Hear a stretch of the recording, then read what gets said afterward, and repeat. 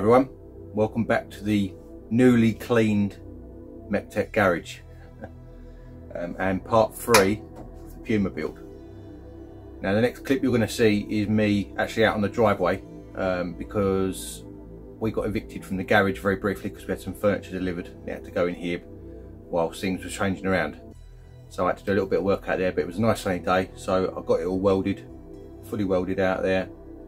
Now we're back in the garage, thank God, because it's not raining out there at the moment, so we're back in the dry and we're going to get this all prepped up and primed and painted and then start putting it back together, hopefully.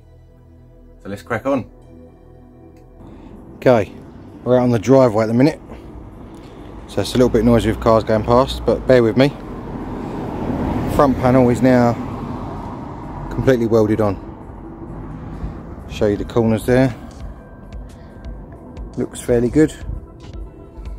Perhaps not the prettiest in the world, but very strong.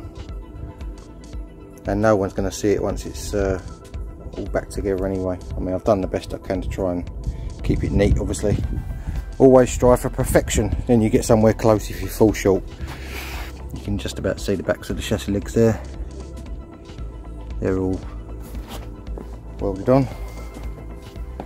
Same with this one. Can't really see it too well, but I think I'm going to put some brush sealer over the tops of those to give it a bit more protection and try and make it look as factory as possible, because a lot of seams on cars will have brush sealer on them, so it's no different really, although you won't see it. As I say, strive for perfection. If you get somewhere close, you're doing alright. So there we go. Now we can get some etch primer on it and then some seam sealer on certain places, just wipe it through the seams just so give it a bit more rust protection, and then we can get some primer and some yellow paint on there, and then we can start putting it back together. Yes, lovely. Okay, as you saw from that clip, me being very pleased with myself getting it all welded on, and the progress has continued. I'll just show you this side so you can see what I've done. You can see the grey on there, that is etch primer first of all. Then we've gone over it with some seam sealer just to protect the welds. So often you find when you've done a bit of welding, it does tend to hold the moisture. So like if you get any little pinholes in it or whatever. So I've sealed that up nice. And then I've gone over it with filler primer, which you can see on this corner. So that's what it's going to obviously end up looking like. I'm pretty pleased with that. Looks quite tidy. Bear in mind you're never going to see it, but obviously I wanted it to be neat. So done the best job I could of it. So that side now is ready for a quick buzz down with some paper and then some yellow paint. Obviously I want to get the other bits primed up first. On the backs of the chassis legs, they've been etch primed and sealed already. You can see that there. Not very well, but they're all sealed up. And I've started buzzing back all the little rusty spots that were on the front panel already, just so we can give them some rust treatment, and obviously then etch prime them and paint. We'll probably end up painting the whole front panel just so it all matches in nice. And when you look at some of these welds, these are original factory welds on there, and they're not all that neat. So it kind of makes me happy with what I've done, because it doesn't look any worse than what they did. So there we go. So let's crack on and get the rest of this primed and painted. Yay! It's getting there now. You can see the light. Just thought I'd show a little detail I'm doing here. This plate, which is I think the time and date it was actually built, sits there on the front panel. Now I've just taken this one off because it's slightly different, obviously numbers and everything, to my original. So I'm going to put my original one back on, but I haven't done that. It's not actually painted underneath. So I'm going to leave it like that. I'm going to put the new one on and I'm going to paint it with this on, so then the new rivets will get painted as well, so it'll look factory.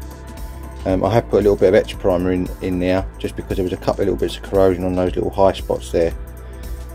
But hopefully that should make it look original then. So that's a little sad detail I'm doing in. So if you wonder why I've left that plate on there and then should it be painted, yes, it should be painted, and the rivets should be painted as well, because there's no paint under it, because that's from factory. So that's right. Just thought I'd cut in and show that little detail. Also, this sticker, a no smoking sticker, which goes there, as you can see I've now peeled it off, and I've actually managed to get a new one of those. So another little detail off of eBay, £4. I know it's a lot for a little sticker, but I've got an original Ford sticker to go back on there, so that's good. Let's crack on. Rightio, the majority of it is now primed, rubbed down with various different methods: paper, scotch pads, foam back pads, little mini DA, all sorts of things. I've just put the rust treatment on this top section along now, so hopefully knock that rust back. And being the seller that I am, I even ground down the welds around. See these blocks here? I even ground down the welds around them that were factory, but they all had little bits of weld around them where it sort of splattered, you know, so I'll clean them up as well. And this is the stuff I've used, it's called Rust. Not used it before, that's a new one on me. We'll see how it goes, how it comes out. Once that's obviously dried, we can give that a little rub back and then get all that in primer. So we are progressing, let's crack on.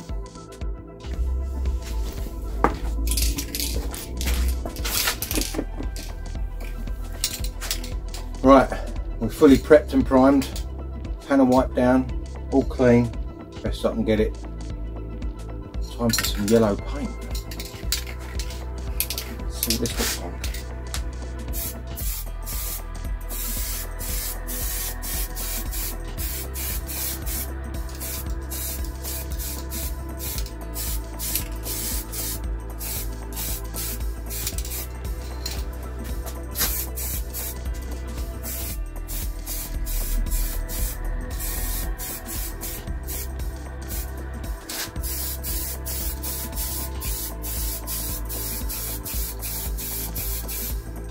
It's only a little dust coat to start with, I'm not going mega thick with it.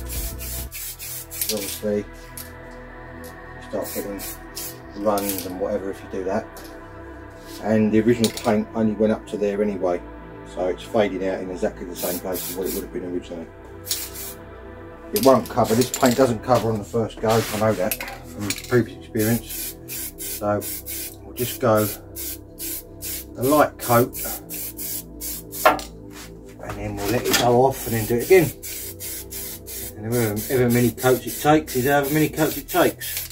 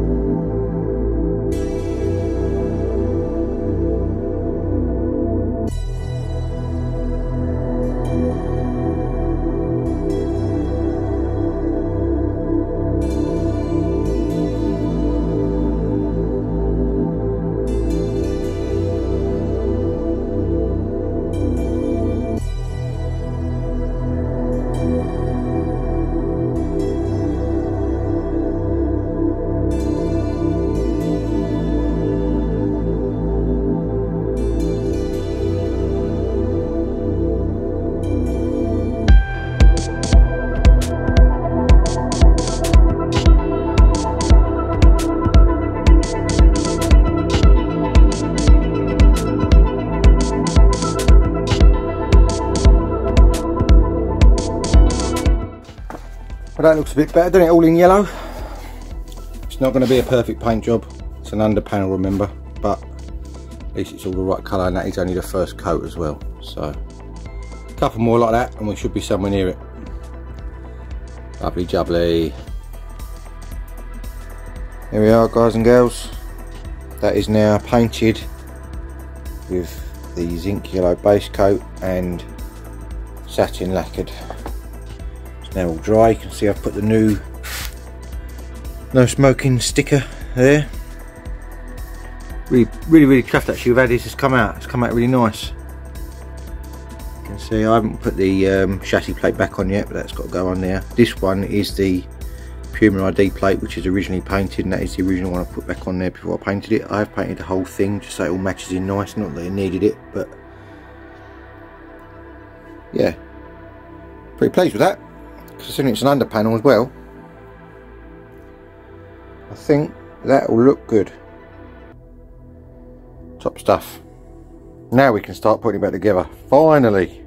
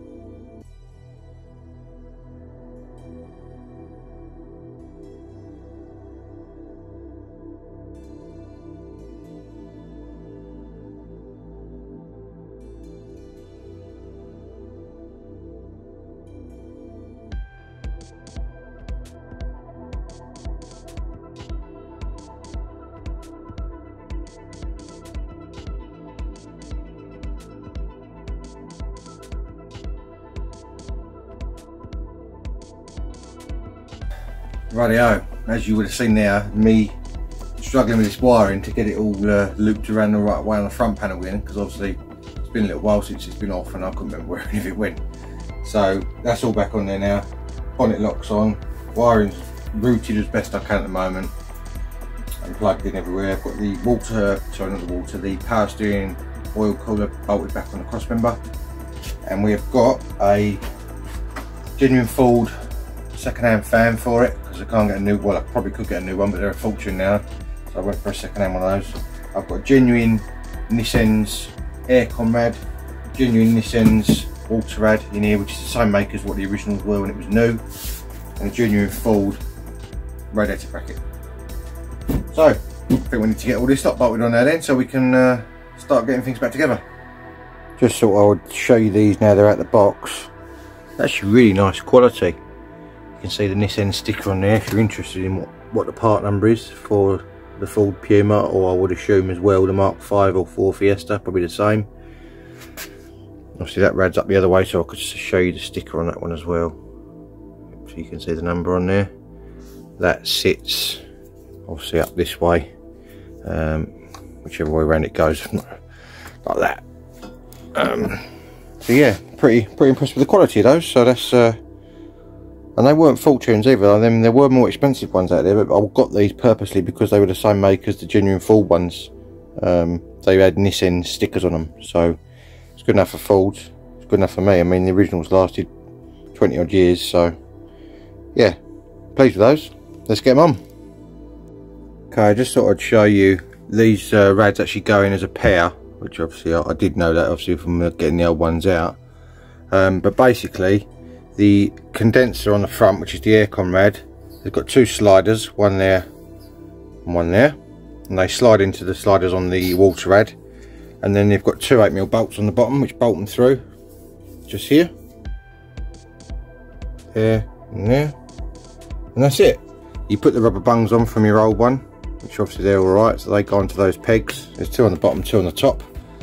So the top two go, the top two go into the front panel, into the holes under on that, see that square bracket under there, which is what the here, oops, sorry, let me show you on this side, it's easier. These brackets here, there's two of those, they've got holes underneath them, which is what the rubber bungs sit against, and then the bottom bungs go into the holes on this mount here, there, and at the other end there. And these two slots is what the fan slots into. It's got these two slots on the bottom of it, here and here. That slides into there, and it's got two more rubber bungs on top of the fan, which go into two more different holes on the front panel up here as well. So it's fairly straightforward, and then you've just got 4 bolts which go through the carrier, which I showed you in an earlier video, into the bottom of the chassis legs. So yeah, pretty simple. Let's go.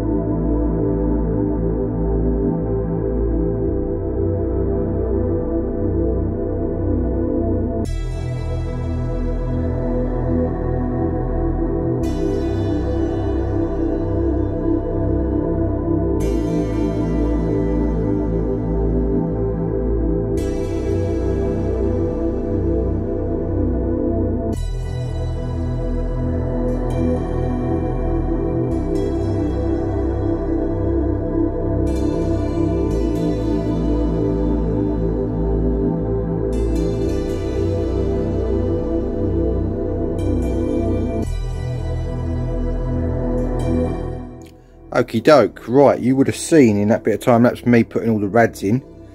I have done a bit more since then as well. It has been a bit on and off with this project, because obviously, as you would have seen from some of my videos, I have been busy on other cars or other things. So now we have got the wing fitted on, hopefully permanently now. Repainted all the heads of the bolts because they were a bit manky. We've got nice gaps on the wing all the way up and all the way down, rather I should say. I have refinished the bottom section of this wing, and I've blended it up to about here, The mud flap actually covers a little bit of this, but this is where the surface rust was on here. And the reason that the original, or not the original, but the wing that was on here rusted so badly is because when it was fitted, even though it was a genuine full wing, they hadn't sealed right round the arch. So obviously where the arch liner sits under here, it was causing the moisture to sit against the panel, and because there was no seal on it, it just rotted it all out in this bottom corner. So that's all good now. So that's all fitted on, hopefully for the last time. I've also spent a bit of time, didn't film it because I thought it'd probably be quite boring for you, but I've fitted things like the headlight brackets, the radiator air guides, both sides, one in there, you can't really see it very well. This top air guide under here, which is all on there. The chassis plate is now on. Obviously the other air guide here. The brackets and these tubes, which are actually vents for the headlights, supposedly to stop them steaming up. That never works, but still, we put them back on. Airbox is back in. I had to take out the pipe which runs from the bottle to the top of the rads in there. Unfortunately, when I took the car apart and I was obviously moving it in and out of the garage, it did actually catch on the pulley and rub a mark in the side. Now it's not through, but I didn't want to risk it, so I've actually got myself a replacement one there from Puma bits. So a big shout out to them for that, because initially I ordered one and it was actually the wrong one. It was a non-aircon car hose and it was shorter, so he's actually sent me out another one free of charge. So big shout out to him for that. Thanks very much, Puma bits. I think his name was Ian. We've got the lower air guide on there now as well. That's all on. All the rad is all plumbed in, all the plugs are all plugged in, all that sort of thing. So I'm going to get that hose fitted on. As I say, it just runs from the bottle down to the top of the tank. I don't need to show you that, that's pretty sort of self-explanatory. And then hopefully we can think about getting the bumper back on permanently. I've also got two second-hand good arch liners here. The reason for that is not that they got damaged in the accident or anything like that, but when I had another set of wheels on this years ago, because they were too big, it rubbed a hole basically in the top of the arch liners in there, which obviously lets the dirt through. So I thought, well, while I've got it apart and I managed to get these arch liners, I'm going to change those as well. So I'm going to change both front arch liners for the good replacement ones, and then hopefully, well, I'm going to do that after I fitted the bumper. So that should be good. The only other thing I've got to sort out is the seal on this new aircon rad. After me saying they were really good quality, I pushed the pipe on with some WD-40 on there, and it ripped one of the seals off. So I've got to try and get a new O-ring for that. It's a bit of a pain. I want to try and do that before I put the bumper on, because obviously access is a lot better without the bumper being on there. So there we are. That's where we're at on the Puma at the moment. We haven't got too much further with it from what you've already seen in this video, but it is getting there slowly but surely. Lovely jubbly. Rightio, there we have it for this video. I think we'll leave it there. I know it still looks like it's taken apart and everything else, but it is a lot more together than what it was before, so that's good. Hopefully in the next video, part 4 that'll be, you'll start actually, well, you will hopefully see it all back together and in one piece and looking like a proper Puma again at the front. We have still got other stuff to do on it before it can be re-MOT'd. The brakes are the main thing needs sorting out at the moment, because after the accident they have locked on, semi-locked on at least. You can only move the car with the engine, you can't push it. It's really binding bad, so that needs sorting. Bit of rust on the seal we've got to sort out as well, and CV boot we've got to sort out. So those things will come up too, obviously once we've got the front end back together. I want to get all the front end together, because at least then I haven't got parts scattered everywhere. Otherwise, well, I'm getting more of a mess in the garage than what I would normally. So yeah, we'll leave it there for this one. I do really appreciate all you guys watching. If you can give us a thumbs up and a like, that'd be great. And if you want to join me for more automotive adventures, give us a subscribe, that's what I'm trying to say, and hit the notification bell so you know whenever I upload a video. See you all soon, guys. Cheers.